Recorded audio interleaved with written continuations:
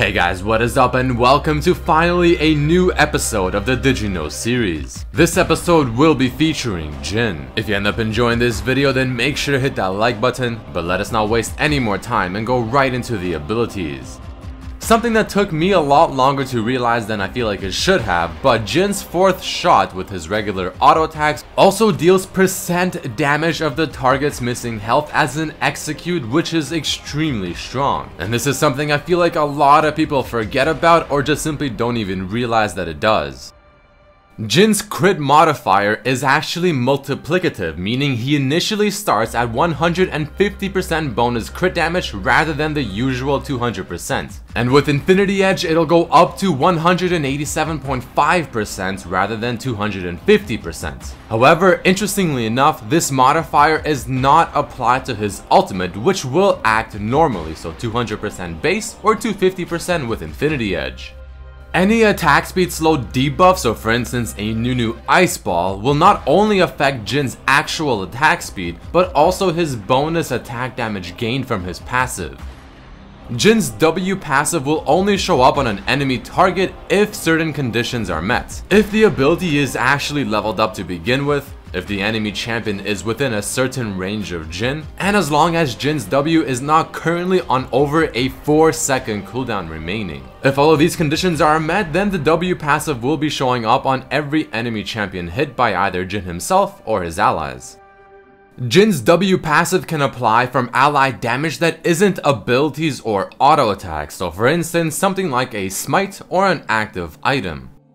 You are also able to teleport to an allied Jhin's traps, which can make for not only easy flanks, but very simple and easy places to teleport to whenever you need to get across to your team.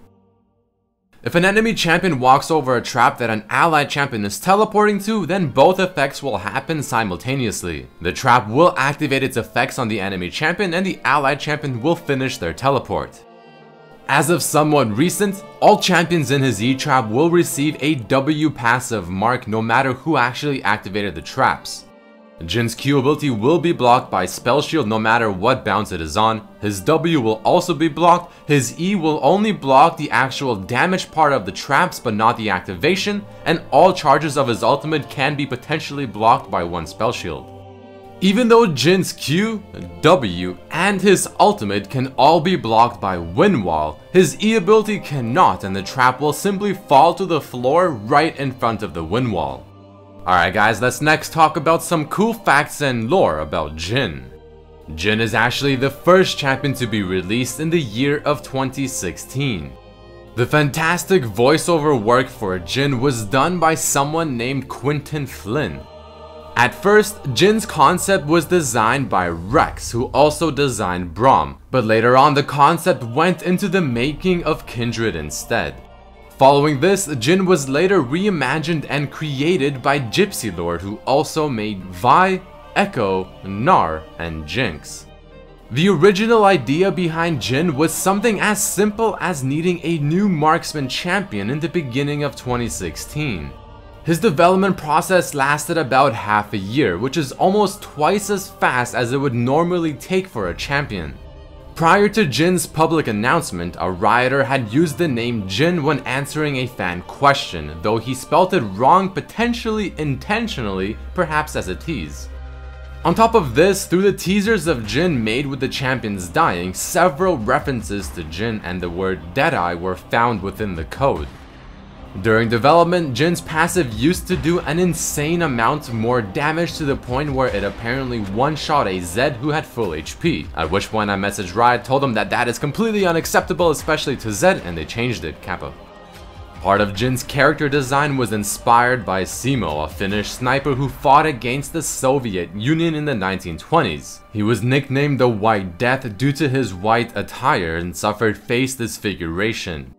Initially, Jhin's Q was able to be cast again after hitting an enemy champion from their location, but was scrapped due to being overly too difficult of a mechanic.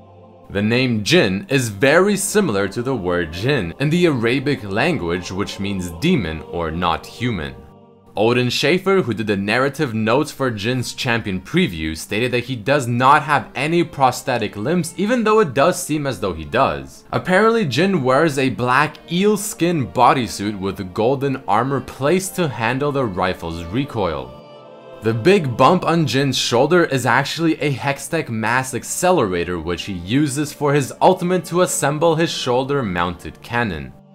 To no surprise by now, Jhin is absolutely obsessed with the number 4. Let's go over several examples to show this. His title, Vir'tu'o'so, has 4 syllables. You can see the symbol I on his gun, which is an alternate way to write the Roman numeral of 4, or he is tallying up his kills. Whenever Jhin carries a contract of assassinations in another nation, he always kills 4 people. He killed 4 champions during his promo, being Zed, Sona, Garen, and Vi. His name, Jhin, has 4 letters in it. All of his abilities also resemble the number 4 in some way. His basic attacks with his passive go up to 4 before reloading. His Q bounces on up to 4 targets. His W passive marks a target for 4 seconds. His E trap reveals all enemies in the trap for 4 seconds. And his ultimate has 4 shots as well. And on top of everything else, he is also 4 years older than Zed. The reason Jhin assassinates Zed in the trailers is due to having a hatred for Zed's master, Master Kusho. But now Jhin has a hatred for Zed because Zed is the one that killed Master Kusho, something that Jhin wanted to do. He also wants to kill Sona due to her being a famous Ionian artist, taking away Jin's spotlight from his own performance. During the trailer for Jhin,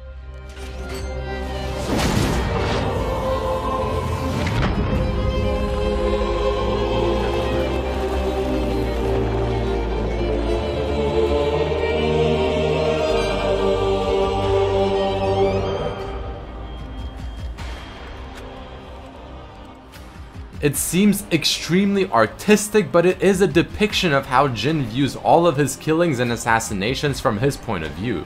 Jhin also crafts all of the bullets that he fires himself, fueled by magic instead of chemical reaction, but he did not make the gun himself.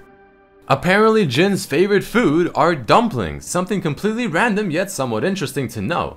Jin's quote, "I live for the applause, you will die for it," is a direct reference to Lady Gaga's applause. His other quote, "You have too many lines," refers to Tahm Kench, who has the most quotes in the game, even though Jhin has 241 quotes while Tahm Kench has 224.